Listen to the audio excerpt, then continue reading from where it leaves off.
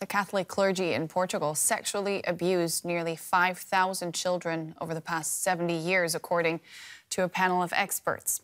The inquiry heard testimony from over 500 victims. Investigators say the majority were boys under 14, and most of the abusers were priests.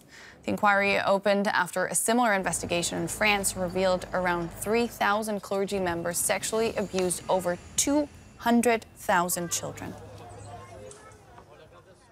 For more, let's bring in Keith Porteous-Wood. He's the president of the UK's National Secular Society, and he's been campaigning for more than 20 years to bring justice to the victims of clerical abuse. Mr. Porteous-Wood, thousands of victims, and yet fears are this may just be the tip of the iceberg. What do you make of this report? It certainly is. I think the report is a complete whitewash, taking the French figures as a basis and taking into account the different populations of the two countries. These figures are just a tenth of what we would expect. They're totally implausible. I think that this has been a very shoddy inquiry. It was only launched 6 months ago. And how can you possibly investigate 70 years of abuse in 6 months? Yeah. The commission... And also... Sorry. I want to talk about the commission that carried out this investigation because it was financed by the church. It claims to be independent, but how independent can the investigation really be in your eyes? Well, if it's financed by the church, then they effectively create the terms of reference and the breadth of the investigation. And I say, and just as I say, doing it in 6 months tells us everything we want to know. This should have taken 3 years at a minimum.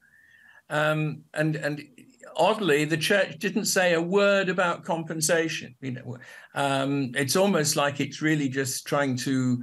It's a PR exercise, and what I think it indicates, though, that there is sufficient abuse being declared, even with this, for the Portuguese government to open its own inquiry, a totally independent one, and which with a much broader remit, because we also need to know what happened to the priests during this period that were suspected of abuse. Were they prosecuted? Probably not.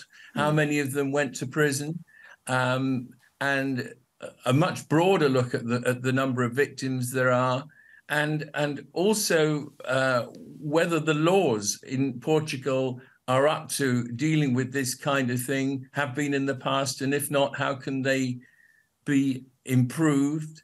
And whether the police and the prosecutors have been acting appropriately. If not, why not? And how, again, can it be approved? That was a terrible problem in France. And I've just come back from disclosing that to the UN Committee on the Rights of the Child. And there were some open mouths when I did so. Keith Porteous-Wood, thank you so much.